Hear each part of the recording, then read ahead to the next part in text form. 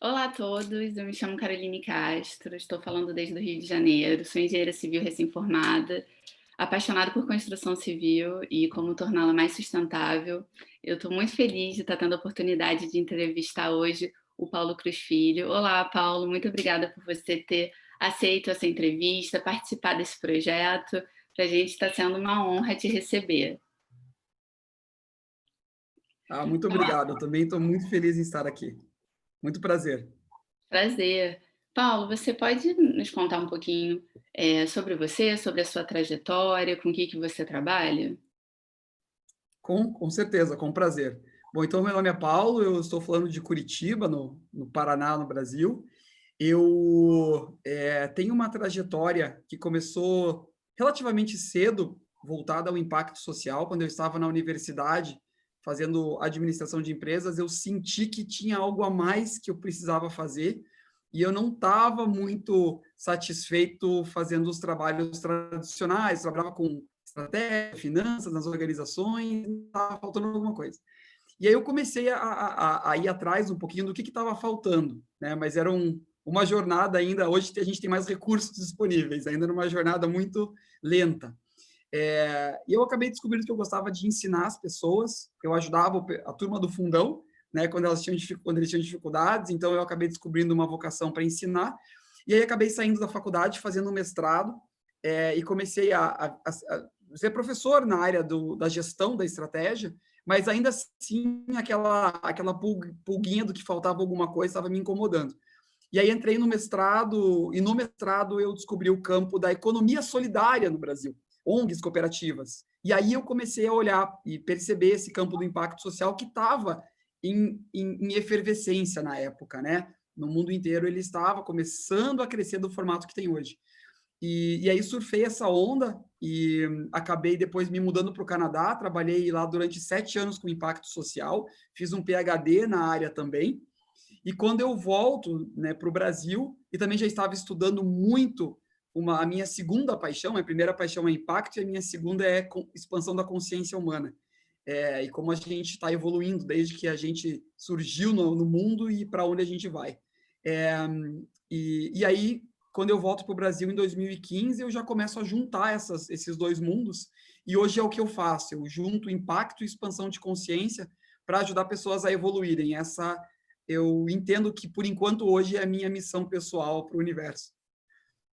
Incrível, Paulo. Muito obrigada. Eu sei que você tem uma história que você separou hoje para compartilhar conosco, que toca em autoconhecimento, nas outras competências também, pessoal, profissional. Você pode compartilhar ela conosco? Claro, com certeza.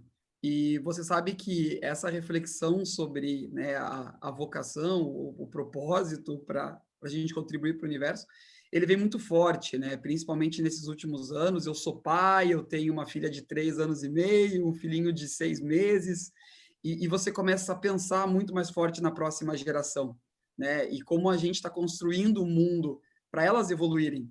Então, você começa a realmente ter um olhar muito mais aberto. E eu digo isso porque a minha história, eu poderia dizer assim, que o grande ponto-chave em termos de eu me sentir conectado com o que eu estou fazendo, apesar de trabalhar com impacto há muito tempo, mas o momento-chave em que eu senti que aquilo fazia parte de mim foi quando eu senti que a pulguinha que estava incomodando, aquele vazio interior que eu estava sentindo, que eu fui buscar no impacto, na verdade não era exatamente o impacto. Era, com certeza fez parte da trajetória, mas tinha algo a mais, que era uma conexão com quem eu sou de verdade, e aí eu fui para um caminho que olhava tanto o lado da execução, da emoção, mas do espiritual também. Então eu fui buscar um autoconhecimento muito profundo, né? E não necessariamente religioso, mas de entender as partes que fazem parte de mim. Então, aquela questão que você tem aquela tua intuição, você sente algumas coisas, você entende que tem algo a mais, que quando você está facilitando um grupo, existe um campo ali que é maior do que o campo do racional. E aí eu fui um pouquinho entender isso mais a fundo. E esse foi uma grande virada de chave para mim, porque daí eu finalmente consegui entender como a evolução da consciência humana, o impacto, está tudo interligado no mesmo conjunto. Então, o que eu fui fazer é me abrir para trabalhar realmente as 4 grandes esferas da nossa vida: corpo, mente, emoções e o espiritual. A princípio, quando a gente nasce e vem para o mundo, a gente está muito conectado com o nosso espiritual, com algo maior. Quando a gente nasce, a gente meio que perde essa conexão e recomeça. E quando a gente recomeça, e a gente já nasce com esse vazio, porque a gente começa a buscar de novo essa conexão, mas esse é o caminho, porque a gente está aqui para aprender e para evoluir. Aquele vazio que às vezes a gente sente, que as pessoas sentem. Eu trabalho muito com pessoas que estão migrando de carreira e buscam um impacto como uma forma de buscar esse sentido, ou executivos que chegaram num ponto e falam, tá, mas qual que é o meu legado para o mundo, né? E é esse vazio que eles estão sentindo, é essa conexão. Então, quando a gente é criança, a gente começa a desenvolver aos poucos a nossa personalidade.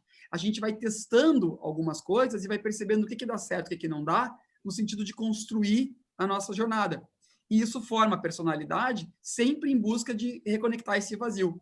E aí chega um momento em que a gente começa a fazer essa reconexão. E essa reconexão é a base do que a gente ganha quando a gente começa o autoconhecimento. Então, eu fui buscar tudo isso, né? E o grande ganho que eu tive foi, assim, depois de diversas experiências, o que fez a diferença? Quando eu consegui ouvir mais o meu coração e sentir mais as minhas decisões. Então, eu consegui sair do mental para simplesmente... Aí, essas práticas de meditação, mindfulness, mas é coisa simples. É coisa de fechar o olho e relaxar. E fazer perguntas para você mesmo. E aí você começa a sentir as respostas, ouvir as respostas. E você começa a trilhar esse caminho baseado naquilo que você sente. Então, disso, acabou que eu consegui fazer uma contribuição, tanto na academia, né? Então, criando programas voltados a isso, ao impacto social, à expansão de consciência, mas principalmente uma contribuição efetiva, né? Desenvolvendo a WeFlow, que é o nosso negócio social de transformação do mundo, né? Nós fluímos juntos para um mundo melhor, todos nós fluímos juntos para um mundo melhor, essa é a nossa evolução. E aí ajudando organizações a integrarem mais o impacto social no negócio que elas fazem, porque tem que ser tudo interligado, e as pessoas a integrarem o impacto na sua vida, né? E tudo isso começou a se desenvolver muito forte. E aí acabou criando uma rede de pessoas e de organizações que olham para o impacto social no mundo, né? Isso me aproximou muito de um outro movimento que eu já lidero aqui no Paraná, co-lidero aqui no Paraná já há 5 anos, que é o movimento do Sistema B, aqui no estado do Paraná. Então, o Sistema B é uma rede global de empresas que tem essa preocupação. Então, a vida vai te colocando na tua jornada os espaços onde você pode atuar em prol do impacto positivo, né? E então, essa jornada de autoconhecimento, e aí quem gosta disso, né, quem gosta de avançar nisso, vai para várias esferas, né, tanto quanto a esfera de conexão energética mesmo, enfim, aí a gente pode avançar muito nisso, e aí ela te aproxima muito dos valores que você tem, né? Então, você começa a perceber assim, ok, então eu quero atuar no mundo, quais são o que eu acredito que é certo. E geralmente aquilo que você mais acredita no fundo que é verdadeiro teu, é o que é a tua virtude. Então, é muito importante a gente conseguir identificar isso, e é só pela experiência, né? Então, com base nessa trajetória de conhecimento, de evolução, aí você chega no ponto que todo mundo procura. Qual que é o meu propósito, qual é a mudança que eu quero fazer no mundo, que eu tenho que fazer, o que está aqui para mim, né? E aí, pessoal, eu gosto muito de falar assim, existe a falácia do propósito, né? Nunca vai ser um propósito fixo e delimitado. Ele sempre vai mudar. Então, você tem que buscar aquilo que mais parece importante para você naquele momento, né? E para você buscar o que é importante, e aí fala, mas eu não sei, eu não sou uma pessoa intuitiva, eu não tenho essa capacidade de conexão ainda, mas como é que eu posso me aproximar disso? É fácil, tem um hackzinho, assim, tem um hack, tem uma dica.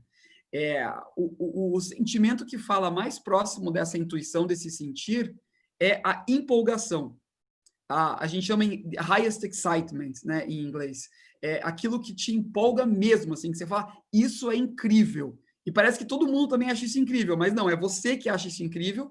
E claro, tem outras pessoas que também acham. Então, pô, isso me empolga muito. Por exemplo, o próprio impacto social, ou me empolga entender como que as pessoas tomam decisões, ou então como é que funciona a construção de edifícios. Isso assim, me encanta. Eu quero entender isso. Então, o que te empolga? Porque se você seguir essa trilha, você vai estar seguindo aquilo que está dentro de você e que é um conjunto do teu DNA, das tuas crenças, da tua formação, de tudo que você tem e que se combinou para te puxar para algo. E esse puxar é o que está conectado com a tua consciência superior.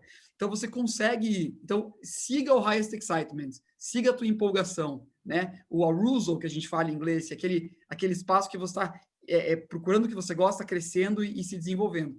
É isso que vai acabar te levando para o caminho de gerar uma inovação que faça sentido para a tua vida. Paulo, eu me identifiquei muito com essa pulguinha. Eu acho que muitos estão se identificando cada vez mais com essa pulguinha. Eu acho que você teve a oportunidade de participar do processo de outras pessoas e incentivar elas. Eu queria que você compartilhasse com a gente qual o maior benefício e desafio desse caminho do autoconhecimento. A gente tem dentro da gente uma coisa muito linda, que é esse impulso para fazer o bem. Tá? O que acontece é que a gente também tem dentro da gente algo que eu gosto de chamar de noia. O noia, que todos nós temos, e você pode chamar do que você quiser.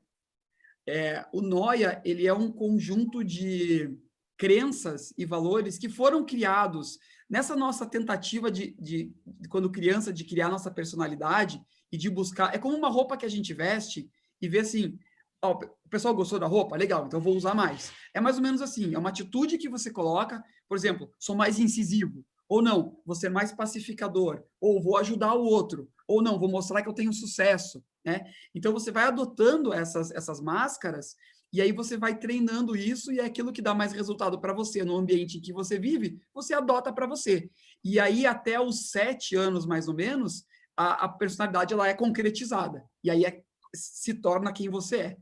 Então, nesse caminho surgem várias tentativas e falhas e traumas e erros que acabam criando noia, né? Então, gente, por exemplo, que tem fobia de altura, ou fobia de escuro, ou medo de uma cara feia, enfim, é algum trauma que ela teve e que daí acaba gerando todo um comportamento nela. Então, a gente geralmente esconde esse noia, porque ele nos faz mal. Só que o problema é que quando a gente está no emprego ou empreendendo, principalmente empreendendo, criando um novo projeto, atuando com impacto, atuando com pessoas, é na hora que a gente está mais vulnerável e aberto, né? Porque imagina quando a gente vai fazer uma palestra ou vai falar para um grupo de pessoas ou vai começar um projeto, a gente está vulnerável, a gente está aberto ali, se expondo. E nesse momento é que as inseguranças aparecem, aí vem o noia. E aí ele coloca. Então, se você consegue olhar para o noia e falar assim, deixa eu ver você, começar a abrir ele, identificar o que tem ali dentro, você vai ver que nem é tão aterrorizante assim. E aí, às vezes, só de olhar o que tem ali dentro, só de ver que isso existe e falar, nossa, sério que eu tenho medo disso? Que besteira, já cura. Às vezes não, às vezes a cura é mais profunda, tem que às vezes não é dar uma ajuda uma profissional para identificar lá o momento desse raiz que causou vezes que você faz uma reflexão e cura, nega aquilo para quem é. Então, muitas vezes a gente, por exemplo, adota medos dos pais, o medo de ficar sem, principalmente a geração dos nossos pais, o medo de não ter um emprego. Então, quando você às vezes absorve esse medo, você simplesmente entrega para o seu pai ou a sua mãe esse medo e fala, é seu, não é meu, não me pertence mais. Só esse movimento às vezes já cura. Então, o que eu ia te dizer de dificuldade é isso. O noia, a gente tem que olhar para ele e curar. Porque à medida que a gente vai curando, a gente vai ficando mais leve. E aí aparece mais fácil o impacto que a gente quer gerar, que a gente, nesse momento, é destinado, né, ou quer gerar no mundo. Então, esse é o principal elemento que eu considero que a gente não tem que ter medo de olhar. É muito interessante. Às vezes a gente quer fugir, né? E a maneira mais fácil é de enfrentar que isso perde a dimensão e o poder que tem sobre nós. Paulo, é, qual é a mensagem-chave que você gostaria que as pessoas que estão assistindo a nossa entrevista elas levem consigo?